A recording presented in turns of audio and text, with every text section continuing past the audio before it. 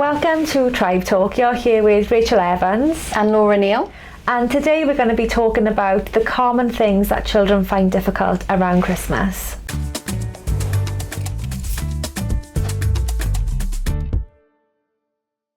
Podcast is going to run a little differently from our normal structure today.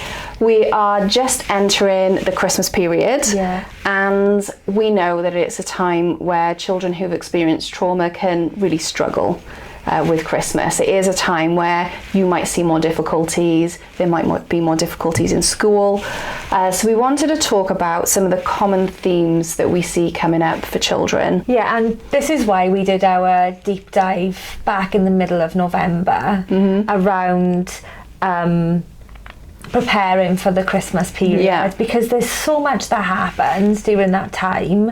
It's chaotic, everyone feels rushed, there's no routine, and it just becomes really difficult, doesn't it, for children and families. And we run that deep dive every year because we know how difficult children find this time of year for many different reasons. There's so many different things that come up as well. Yeah. So today we're going to delve into a few of those and why children find Christmas so difficult. So let's just start with, it's the start of December. So what is happening around this time in December?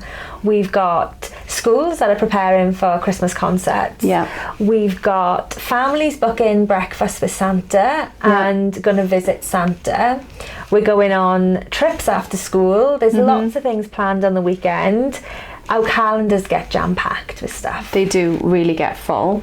And then there's lots of talk about Christmas as well, obviously, and what's Santa going to bring you. Yeah. And I think that's regardless of what age. So younger children, they might have people coming up to them and saying, what's Santa going to bring you?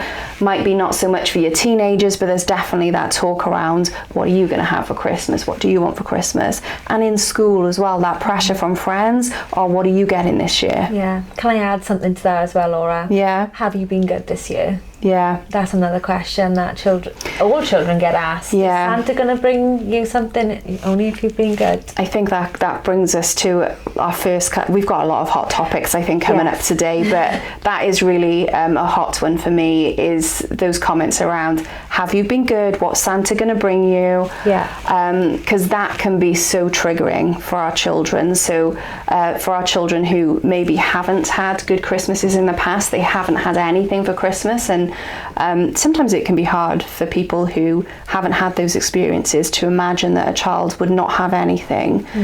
But we've met so many of those children where there has literally been nothing for Christmas, and somebody then, when they're in a different environment, to come up to them and say, is Santa coming this year? Have you been good?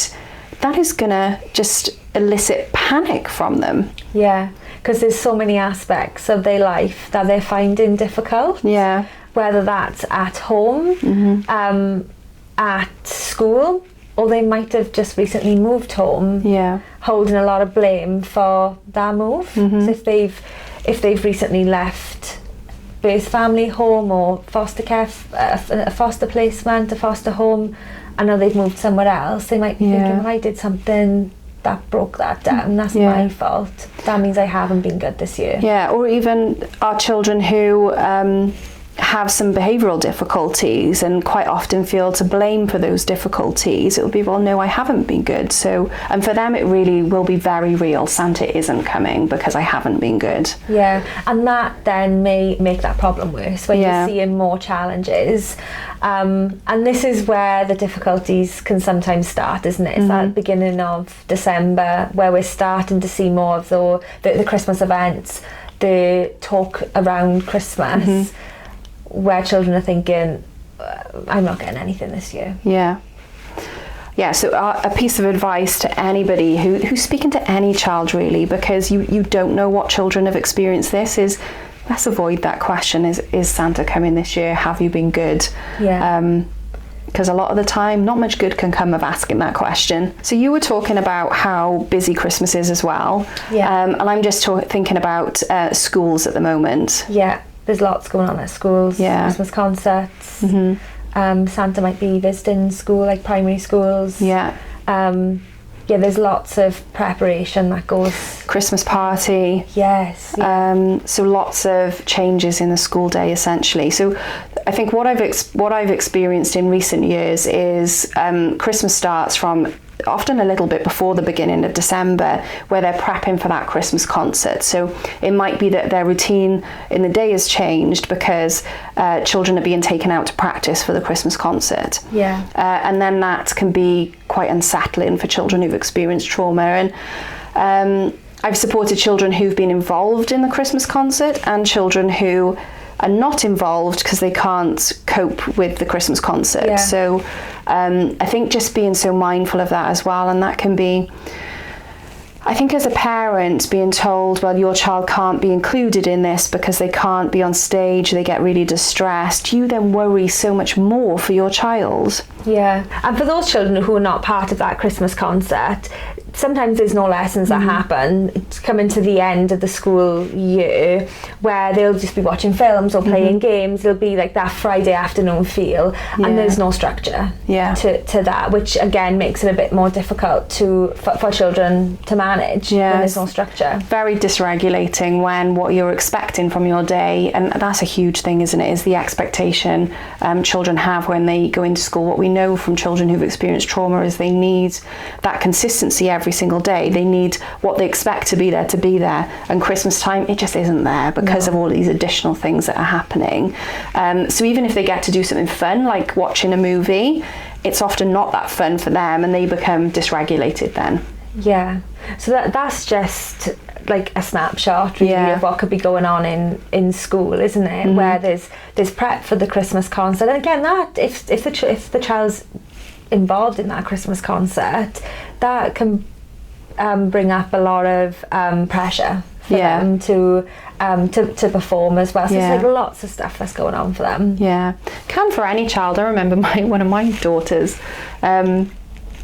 I think the first year she had a Christmas concert, she just refused to do it and would not do it at all. So for any child, but for a child who's experienced trauma as well, there's additional things that go along with that and the instability of the Christmas period. Yeah.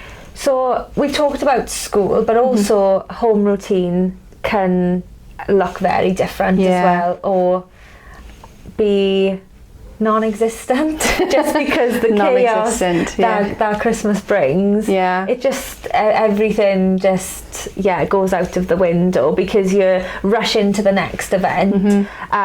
You know, there's not only 3 weeks that we've got to prepare for Christmas really, and there's so much to cram in. So you know, when you're planning breakfast with Santa or going to visit Santa or going on a light trail or something like that, it's all these things that have been added to your social calendar, which again, you're picking your child up from school, you might be going to an event, tea isn't at the same time, or your evening meal isn't at the same time, bedtime gets pushed back, and all of these things have a knock-on effect then to a child's typical routine. Even little simple things, so like having a chocolate advent calendar that they open in the morning. Now that could result in some children waking up early because they cannot wait to have that tiny little chocolate in the morning, or it could result in, when can I have my next chocolate? When can I have my next chocolate? When can I have my next chocolate? Can I open my next window? So again, it's these little things that we think, oh, they're lovely, they're going to make the season fun, and actually they turn into something that's maybe not quite so fun.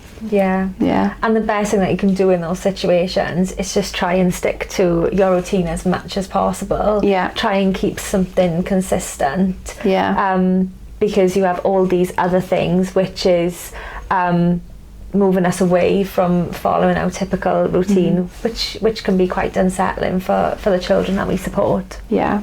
So we've talked about some of the general things that you might see, but there are most certainly additional things for our care experienced children that we see coming up at Christmas quite a lot. So our care experienced children might be those that are in foster care, adopted, they could be living with guardians, but essentially there's been some change in their care arrangements along the way, which adds another level of complexity, I think, at Christmas. So one of the one of the biggest things that would come up for children that are care experienced is contact. So whether they have contact or don't have contact with their birth family, what that looks like. When does that contact happen in December? And then we could talk for a while around what that contact looks like and the gifts that they get or do not get, and what that brings up. There's so much, isn't it? So I think for many of our care experienced children, they have this initial, like, am I going to see my family? Am I not going to see my family? That I think the Christmas period naturally brings up lots of emotions around, I'm not with my family, or I'm not with certain people who I used to be with. So even for our adopted young people who've been adopted for a long time, it can bring up those questions around, well, what did the other family I had, what are they doing now? So you've got all of these things that are going on for children around Christmas. And then I think for our children who do go to contact, there's lots of things that can come up around gifts or no gifts as well. So do they take a gift? What if they don't get a gift back and they take a gift? What if they do get a gift and they haven't taken one? What if the gift they've got is not the gift they wanted? There's just so many things that come up, and it's a pressure around Christmas, isn't it, of giving gifts. It's that expectation that puts that level of pressure on everyone. I think for many of our young people as well, have they been promised something which then doesn't materialise is a big thing that comes up as well. But having those conversations beforehand is useful. Because that pressure or expectation of receiving a gift is massive. So having those conversations around, you know, what is reasonable, especially if it comes down to finances and budget, you know, what can be afforded. Before that contact even happens. And then the conversations around contact as well. So if a child goes to contact and they might see mum and dad, for example, and then mum and dad are talking about what they're doing at Christmas, it might make the child feel like they're missing out. It might make them feel sad for their parents as well. I think there's so many mixed emotions that can come up there, and so many different circumstances. We haven't really talked about our children who don't live with siblings, but that's huge. I know, at Christmas as well. I was going to mention that as well, and whether siblings are there at that contact or aren't there, especially for a child who struggles to share that attention as well, and just wanting to spend that time with mum and dad. And when siblings are there that are competing against that can be quite difficult to manage. For both siblings, when this is like precious time with my mum and dad just before Christmas, and I'm not getting what I want, like, emotionally. So I think what we'd say is definitely expect contact around the Christmas period to be difficult. Expect there to be maybe some behaviour that goes on beforehand because children are anxious, and then some fallout afterwards as well. I think the more we can be prepared to support our children and prepared that things won't run smoothly, the better things can be, and we're just prepared to support then. And the more consistency that we provide either side of that contact, again, just supports that even further.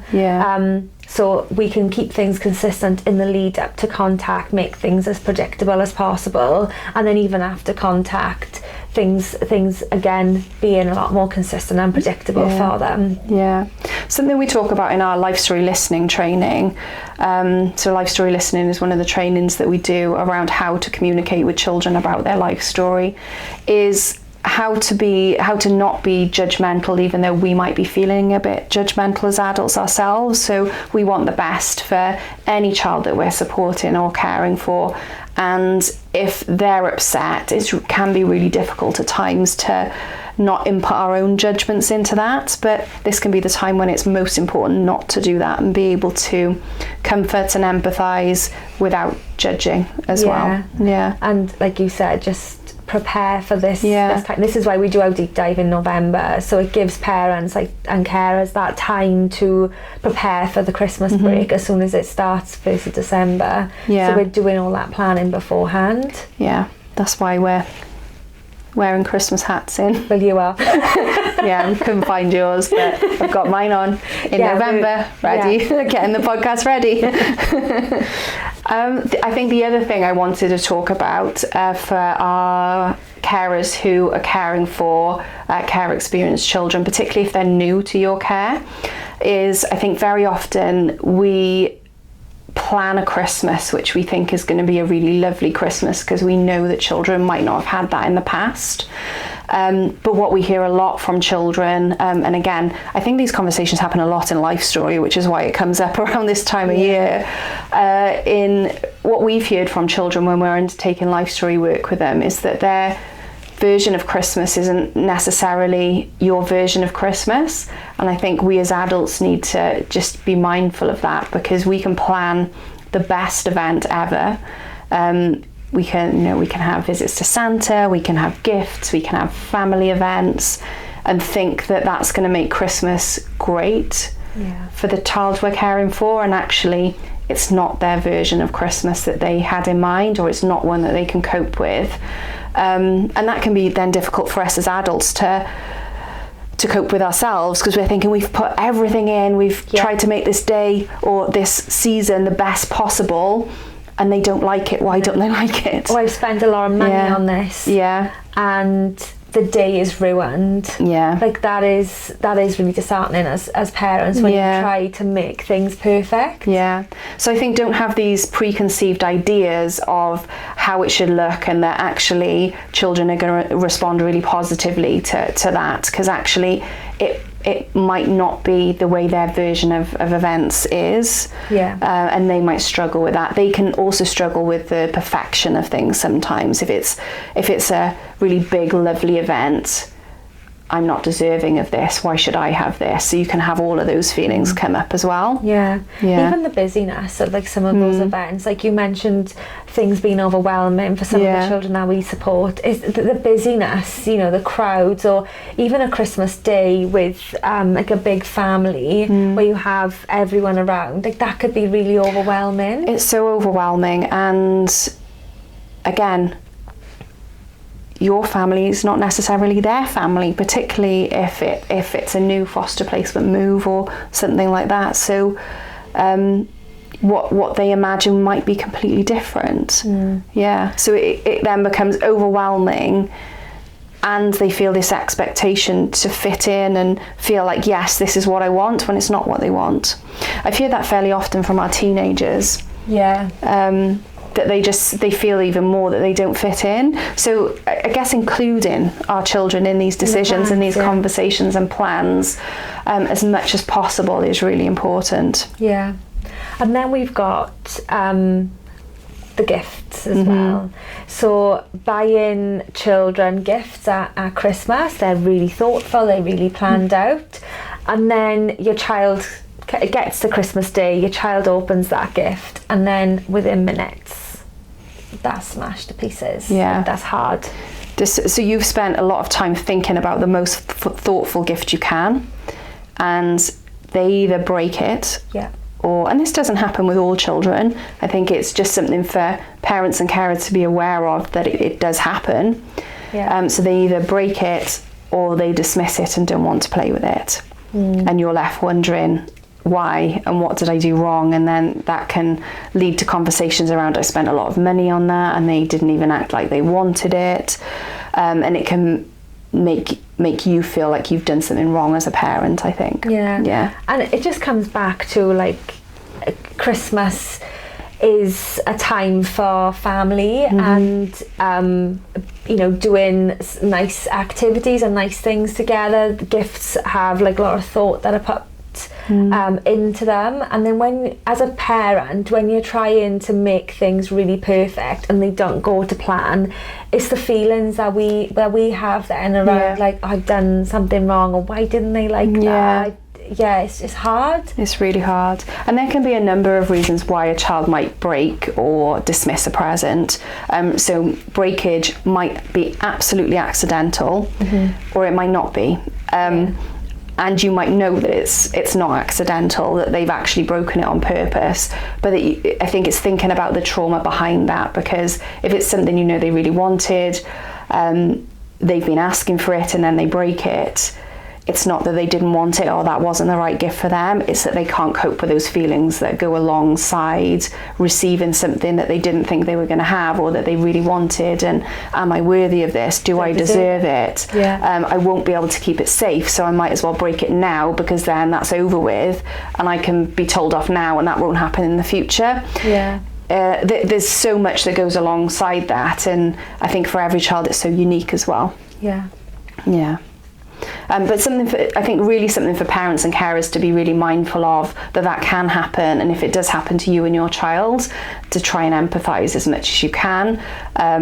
And I mean, obviously you want to address the fact that something you've just bought is broken, but be empathetic with it, and always reconnect with following any conversations you have to have around breakage. Making sure that relationship remains intact. That's the most important thing, aside from, we've spoken about gifts, but the most important thing when it comes to anything is that reconnection and repair. Following any type of difficulty, any type of behavioural incident, it's your relationship with your child that needs to be repaired and worked through. That's the most important thing. So we've spoken a lot about some of the challenges that come up around this time, and I think we need to talk about it, because I think Christmas is that's all we see on TV now. You got the Christmas films, you got the Christmas adverts, like it is everywhere, and it's portrayed as this happy, fun time. But the reality for some of our families is not. It's really difficult. And I think knowing that you're not alone in that as well. There's many families that we speak to which will encounter lots of the challenges that we've talked about today. And I think just for typical families, what you see in the TV adverts is not what lots of families experience at Christmas. It is chaotic. And just even those discussions around whose family do we go to, who's having dinner with us this year, who are we seeing, who are we not seeing, it can cause a lot of tension.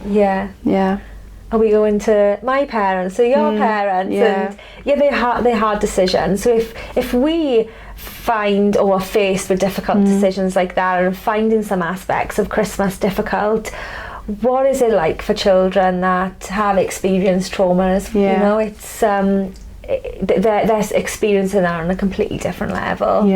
So we're just wrapping up on our podcast for this week, and we usually have a question from a parent or a carer or a team member, but we haven't got a question this week. We've got one for you guys, our listeners. So throughout this podcast, we've spoken about some of the common difficulties that families face, that children face during the Christmas period. And one key theme we focused on is having that consistency and predictability.